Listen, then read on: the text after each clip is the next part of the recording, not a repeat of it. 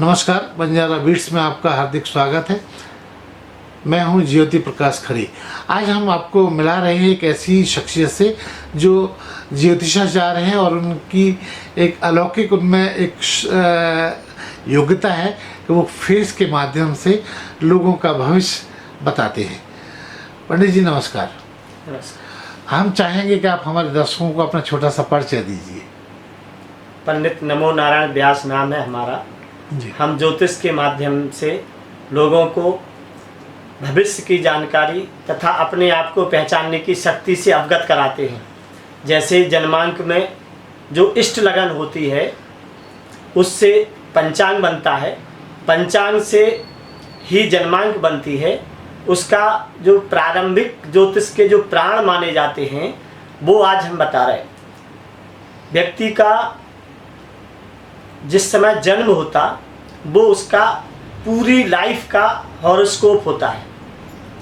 जितने बज के जितने सेकंड पे जिसका जन्म हुआ वो उसकी पूरी ज़िंदगी का पंचांग होता। जितने बज के जितने सेकंड पर एक वर्ष दूसरी वर्ष में परिवर्तित होती। जैसे अपने यहाँ अप्रैल में आधे चैत में शुक्ल पक्ष में जिस समय आप जो है प्रवेश करेंगे तो वो पंचांग का प्रथम अंक माना जाता है। इसी प्रकार से जितने बज के जितने सेकंड पे सूर्योदय होता वो दिन तथा रात्रि का होरा कहते, उसे चौघड़िया माना जाता। इसी प्रकार से जिस समय व्यक्ति का जन्म होता वो उसकी पूरी लाइफ का होरा होता है। इसी प्रकार से जितने बज के जितने सेकंड पे व्यक्ति गुरु से मिले अथवा गुरु शिष्य से मिले वो इष्ट लगन उसके जन्मांक से तथा उसके भविष्य से ताल्लुक रखती है। उसके आधार पर ज्योतिष का पैराग्राफ बनता है, पंचांग बनता है। हम लोग जो पंचांग बनाते हैं उसमें जो 12 भाव होते हैं उन 12 भाव में 9 ग्रह होते हैं। क्योंकि 2 ग्रह और जो खोजे हुए हैं उनका अस्तित्व पृथ्वी पे कम होने के कारण उनका कोई इफेक्ट नहीं पड़ता। हम जैसे कहते हैं कि मांगलिक कुंडली, मांगलिक का मतलब है कि सबसे पहले अपनी पृथ्वी पे सूर्य की गर्मी, सूर्य का तेज इफेक्ट डालता है, उसे कहते हैं लग्न कुंडली, सूर्य कुंडली। इसके बाद सूर्य पे इफेक्ट डालता है चंद्रमा, जिसे कैसे अपन चंद्र कुंडली, दूसरे रूप में राशि कुंडली। इसके बाद तीसरे नंबर पे आता है मंगल। मंगल इसके बाद असर डालता है तो उसे कहते हैं मांगलिक कुंडली। जो जिस श्रेणी से उल्का पिंडों का नामांकन हुआ है, जो हमारे खगोलीय विद्वानों ने किया है, उनका जो भी असर पृथ्वी पे पड़ता है, जिस जिस जाति योनि चर अचर वैसे प्रकृति में घटनाएं होती और वो घटनाओं का सीधा भविष्य से, भूत से, प्रेजेंट काल यानी वर्तमान से ताल्लुक होता है। कभी कोई भी घटना ऐसी नहीं घटती जो अकस्मात हो। हमारे यहाँ शास्त्रों में वो पूर्वानुमान लगाकर उसको निश्चित कर देते हैं कि ये घटना घटेगी और वो घटना घटती थी। क्योंकि ब्रह्मांड में जो सर्वश्रेष्ठ तत्व है, जो अनादि अनंत है, वो इस सृष्टि को चला रहा। उसके जो चलाने के जो पॉइंट है उन्हें हम उन ग्रहों के आधार पे शोध करते हैं। तो जन्मांक में मंगली कुंडली का आशय होता मंगल प्रधान। सूर्य यदि बलिष्ठ है तो सूर्य की कुंडली मानी जाती, और यदि जिसका चंद्रमा ही बलिष्ठ है उसको चंद्र कुंडली कहते हैं। और जैसे जन्मांक में अपन चाहते हैं कि हम अपनी बच्ची का सरल भाषा में बताएं कि किससे शादी की जाए, विचारों में मैत्रिता हो, जीवन खुशहाल हो, तो जो प्रेजेंट स्थिति जानने के लिए स्टैंडर्ड टाइम से बता रहे, जितने बज के जितने सेकंड पे लड़के का जन्म हुआ उस डिग्री को आप ध्यान में रखें, उतने टाइम को ध्यान में रखें। उसी टाइम का आसपास का 2.5 घड़ी मतलब 1.25 घंटे के आसपास का यदि उसका जन्म है यानी लड़के का, तो वर वधू की कुंडली में 23 गुण से लगा के 27 गुण तक मिल सकते हैं। और गुणों का मिलान कम भी हो तो अन्य ग्रह बलिष्ठ रहेंगे, जिससे उसकी मैत्रता, जीवनी शक्ति बराबर की रहेगी। इसलिए कभी भी जन्मांक हमारे पास आती हैं। किसी का जन्म यदि रात्रि का है और किसी का जन्म 1 बजे के बाद 3 बजे तक का दिन का है, तो उसकी मृत्यता कभी नहीं देखी हमने। जब सूर्य जो है पूर्व में होता है, तब व्यक्ति का जब जन्म हो तो वो जो है तेजवान, ओजवान तथा हंसमुख होता। जब जिसका जन्म दोपहर में होता है 12:30 बजे से 3 बजे तक, तब वो दक्षिण में सूर्य होने के कारण वो तेजस्वी रहता, लेकिन उग्र स्वभाव का रहता है। लेकिन 1:30 बजे के बाद जो सूर्य अपनी गति पश्चिम की ओर करता है, उससे जो भी व्यक्ति जन्म होगा उसका स्वभाव में निगेटिविटी आने लगती है, विचारों में थोड़ी सी जो अच्छाई देखना चाहिए वो अच्छाई नहीं देखता, वो उसमें जो बुराई है वो देखता है। इसलिए कोशिश करना चाहिए कुंडली मिलान में जो जिसका जन्म जितने बजे है, यदि उसके जीवन साथी का जन्म उतने बजे के आसपास है, समझ लो उसकी कुंडली मिल जाएगी उसके विचारों से, खान पीन से।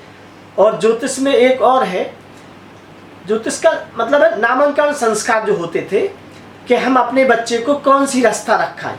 तो ज्योतिष में क्या होता है कि वो जन्मजात ही पता चल जाता कि इसके सोचने समझने की शक्ति किस विषय में ज़्यादा हासिल रहेगी। वो हम लोग शोध कर पंचम भाव से, दसम भाव से, लगन से अथवा चतुर्थ भाव से उसको निहित कर देते कि इसको इस दिशा में जाना चाहिए। ज्योतिष का शुद्ध अर्थ है अपने जीवन को अपने तरीके से प्रसन्न मुद्रा से कैसे जिए। पंडित जी, एक मेरा सवाल, ये जो आपने अभी बहुत सारा ज्ञान और उसके विवरण और शोध पर बातें बताई हैं, इसका जानकारी आपके पास स्रोत क्या है? हाँ, कहाँ से आप? अग्नि पुराण में। नहीं, आपने खुद कहाँ से शिक्षित हुए हैं? हम जो है वैसे इसमें तो हम साधना साथ में है, क्योंकि बिना साधना के ज्योतिष शून्य है। लेकिन हमने पुराणों का अध्ययन किया, उनसे जो है इन सब चीज़ों को निकाला। उसमें है सामुद्रिक शास्त्र, अग्नि पुराण, नारद पुराण तथा भृगु संहिता, रावण संहिता। इन शास्त्रों का हमने गहन अध्ययन करके अपनी रचनाएं भी लिखी, उनका शोध भी लिखा जो मेरे पास है। तो अब तक आप कितने बरस से इस फील्ड में हैं आप? हम 94 से। तो अब तक तो आपने सैकड़ों जोड़ियां बनाई होंगी लोगों की। लेकिन ये है कि ज्योतिष एक अगाध विषय है, इसमें संपूर्ण पारंगत पाने के लिए कई जन्म लेने पड़ते। जिस समय तानसेन जी से पूछा गया कि आपका जब सुर गायन का चलता है तो आप नाद के ताकत से वर्षा कर देते, नाद की ताकत से ज्योति प्रचलित कर देते, तो आपका कितने बरस का ज्ञान है। तब उनने जी अपने शब्दों में लिखा है कि हमारा ये तीसरा जन्म है, तो केवल इष्ट की ताकत से ही ज्योतिष का समाधान हो सकता। जो किसी न किसी अपने इष्ट को मानता है, समर्पित होता है और उसका सहयोगात्मक शक्ति लेता है, तब वो इस ज्योतिष में संपूर्ण भविष्य को सटीक बता सकता। पंडित जी, मेरा एक सरल सा सवाल है कि अभी तक आपने बहुत सारे लोगों को ज्योतिष के माध्यम से लाभान्वित किया है जी। कोई ऐसी घटना जो आप हमारे दर्शकों को बता पाएं जो बहुत आपके जीवन में भी महत्वपूर्ण रही हो और आपने अपने यजमानों को भी कुछ अनोखी जानकारी दी हो? कुछ एक आध केस हमारे दर्शकों के साथ शेयर कीजिए। हमारे तो वैसे तो कई हैं। हमारे एक उज्जैन के भी एक घटना ऐसी है जो हमें अभी भी काफ़ी संतोषजनक प्रसन्नता देती है। हमारे एक थे, अभी भी हैं खैर, शिव नारायण जागीरदार, जो काफ़ी हमसे जुड़े थे। और एक बार वो कहने लगे कि महाराज हमें वास्तविक स्वरूप जिस पद प्रतिष्ठा का चाहिए वो कब और कैसे मिलेगा। तो हमने कहा कि नवरात्रि चल रही थी, उसका समय संयोग देखा कि बृहस्पति उच्च का है, सूर्य भी अच्छा है, शुक्र भी अच्छा है, गुरु भी अच्छा है, और जो प्रेजेंट होरा चल रही, जो महादिशा चल रही, अंतरदिशा चल रही, तो हमने कि तुम जो है 8 महीने बाद जो चुनाव होगा उसमें विधायक तथा मंत्री बनोगे, तब उसको वो विश्वास नहीं होगा। और चिंतन के लिए हमने कहा कि जो व्यक्ति को बनना हो उसके चिंतन के लिए उसको इष्ट मानकर उस अक्षर में भी परमात्मा के दर्शन करना चाहिए, तो वो लक्ष्य स्वयं आपकी मदद करने लगता। तो आप अपने घर पे जहाँ पे आप ज़्यादातर रहते वहाँ ये लिख दो, मंत्री शिवनारायण जागीरदार, और इसको रोज पढ़ा करो, फिर अपना काम शुरू किया करो। हाँ, लक्ष्य से बना लो। बनेंगे, लक्ष्य को केंद्रित करो। उसने लक्ष्य केंद्रित किया। योग की बात, 8 महीने बाद जो चुनाव हुए उसमें वो बहुत अच्छे वोटों से 28,000 से जीता, और 1.25 साल बाद वो मंत्री बना, नगरीय प्रसारण प्रभारी। वो फिर 2 बार मंत्री रहे, विधायक रहे। कोई और भी ऐसे सामान्य व्यक्ति को आपने प्रमोट किया हो, उनके बारे में बताया हो, वो भी हमारे दर्शकों के साथ शेयर कीजिए, कि जो बिल्कुल सोचते थे कि उनके जीवन में तो ऐसा होगा ही नहीं, और आपने उनकी मतलब उनको याद दिलाया, जगाया कि आपके अंदर ये शक्तियाँ हो सकती हैं या आगे डेवलप होने वाली हैं। हाँ, उसमें हमारे कई विद्यार्थी भी ऐसे हैं जिन्हें हमने दिशा के लिए जो है संकेत किया, और वो उस पर चले और वो बहुत ज़्यादा सफल हुए। उसमें एक उज्जैन के ही हमारे मल्होत्रा साहब हैं, तो उनकी बेटी थी, इंजीनियरिंग कर रही थी, और हम अचानक उनके घर पहुँचे, उनके जन्मांक देखा। हमने कहा बेटा तुम इंजीनियरिंग मत करो, तुम्हारे मस्तक में जज बनने का योग है और आप तत्काल छोड़ दो, आप लॉ करिए। और उसने लॉ किया, 5 साल का लॉ किया, और उसी वर्ष में वो डिस्ट्रिक्ट मजिस्ट्रेट इंदौर बनी। वो अनाम का मल्होत्रा नाम उसका, आज भी वो जज है। इस समय जो है वो खरगोन में है शायद। पंडित जी, आपके पास ये अनूठी और अलौकिक विद्या है, इस विद्या को आप अपने कुछ लोगों में ट्रांसफ़र कर रहे होंगे। अब तक आपने कितने लोगों को प्रशिक्षित किया कि वो आपके बाद इसका अनुसरण करें और लाभ पहुंचाएं सोसाइटी? उसमें तो हम लगभग सैकड़ों लोग हैं ऐसे जो अन्य क्षेत्र में, अन्य जिला में काम कर रहे हैं, और हम प्रेरणा देते हैं व्यक्तिगत व्यक्ति को खुद, कि आप खुद जागृत हो, अपने आप को देखो, अपनी कुंडली पे खुद शोध करो, और अपने भविष्य का चिंतन करके हमें कौन सी क्रिया को, कौन सी साधना को, कौन सी एजुकेशन को अपनाना है, जिससे हमारे पास 12 भाव में जो सबसे ताकतवर भाव है कुंडली में, उसको पहचान के उसी विषय में महारत हासिल करना, उसी विषय में व्यापार करना, उसी क्षेत्र में अपना नाम कमाना। ज्योतिष का मुख्य उद्देश्य है कि आपकी जीवन शक्ति सबसे महत्वपूर्ण किस विषय में पारंगत होने की कला रखती है, उसको स्वयं अवगत कराना हमारा ये ज्योतिष का मूल है।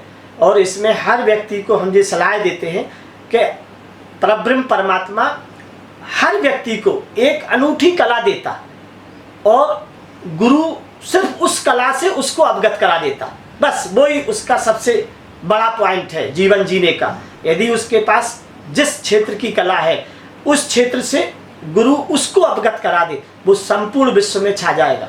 मतलब ये कि गुरु दिशा बताता है जी, फिर चलना तो आप ही को होता है।